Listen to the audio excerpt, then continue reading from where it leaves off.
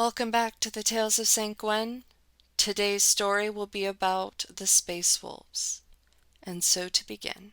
I've spoken about my encounter with the salamanders, my most favorite Space Marine chapter. But I have had more encounters with Space Marines. This story is not of the caring salamanders, but of the vicious Space Wolves.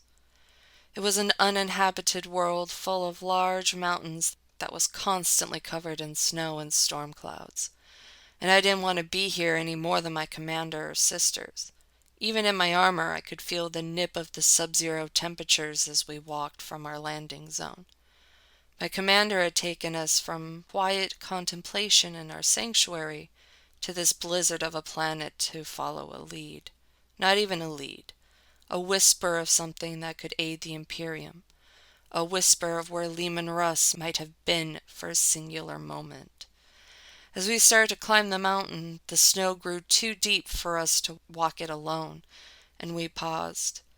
"Did we not bring the flamethrower?" my commander asked, her helmet turning to look at one of my younger sisters. My sister moved uneasily in her spot, looking sheepish even in her full armor. "Unbelievable." My commander spoke, harsh words as harsh as the weather. "What do we do now?" the sister asked. "Should we turn back?" "We must follow this lead," my commander spoke, turning to me. "Gwen, suggestions? Are there animals we can ride?" "Negative. No animals are reported on this planet, at least none that we can tame within mere hours." I walked to my sister, turning her to the side, and reached into the bag adorned her back. I dug a little before I pulled out my tactical shovel. I walked over to the sister who had forgotten the flamethrower and tossed her the shovel. "Start digging." The sister's helmet looked between me and my commander, who nodded to her. We all started the task of digging through the snow to create a path, making it a few miles before we came upon another obstacle. A sheer cliff standing over 50 feet tall. I appreciated the shield it provided us from the storm, but none of us could climb up that easily. "Gwen," my commander spoke, looking at me. It seemed to be a theme now, my commander looking to me for answers. I wasn't sure why she was doing it, but I was getting better at anticipating her wishes.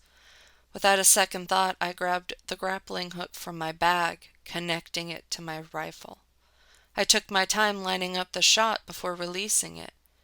It was quiet as we listened for confirmation that it had landed home. When we heard the clink, I tugged on the ropes, making sure it was settled properly before I started my climb. I was glad I had focused more on my physical training lately, as it was a steep climb and took the majority of my strength. My gloved hand touched the top only to be grabbed by another. No scream came from my mouth as the hand hoisted me up, but my hand moved to my pistol ready to fire on whoever it was. What I was met with was the cold blue of power armor and an unmasked space marine. "You should have landed further up the mountain," his gravelly voice spoke. The Space Wolves helped the rest of my sisters up before we looked at each other. The cold blue of their armor seemingly melded in with the storm, and only a few were wearing helmets. Their long blonde hair was braided, as was their beards, their stormy blue eyes matching their armor. "You have traveled a long way, sister," the captain spoke to my commander. "Are you here for some reason?" "Yes, Captain," my commander spoke, though we were not told that Space Wolves would be accompanying us through this. "We are not accompanying you as much as you are not welcome here. Russ is our father. If there is a secret to be found about him, we will find it." "We were sent here," my commander said, crossing her arms. "We will report what we find and keep going no matter what."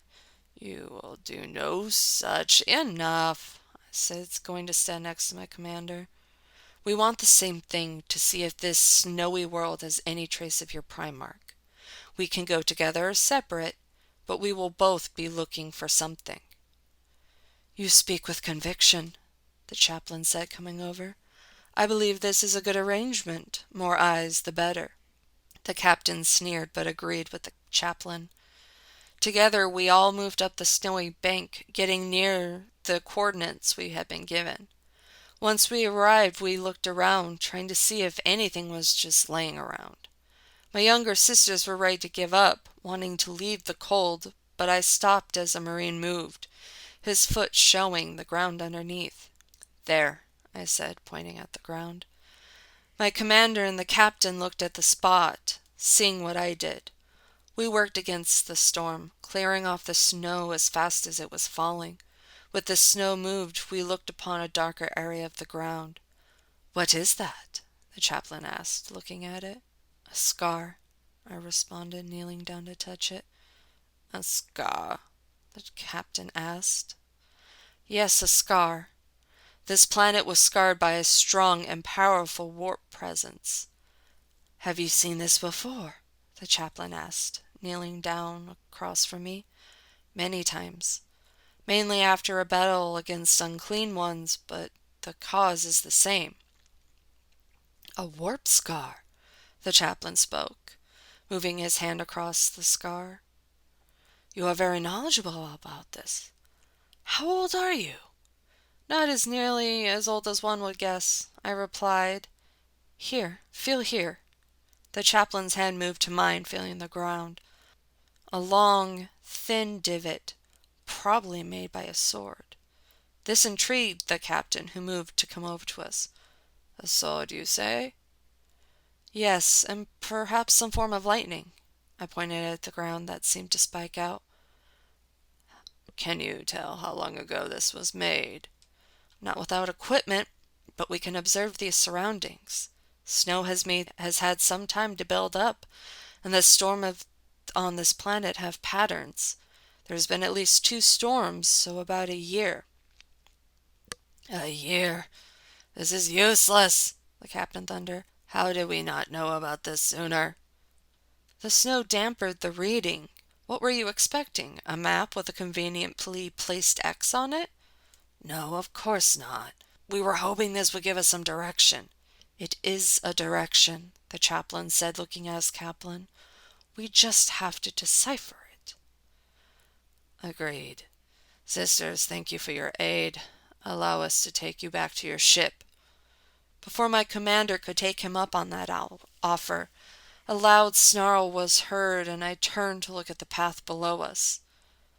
Below were a half-dozen large bear-like creatures. Their fur seemed to wick off the snow, gleaming under the low sun that was in the sky. "What are those?" my sister asked, pulling her pistol out. "I'm not sure, but I doubt that pistol will do much good," I replied, focusing on the fur. "Their fur is as thick as our armor. We need to focus on getting samples from the site before it's destroyed." "Allow us, sisters," the chaplain said. "Get what you need from the site." I didn't question him, turning to the site and grabbing my bag. With care, we gathered the resources we would need, soil samples and such, only turning to look when the chaplain shouted at us.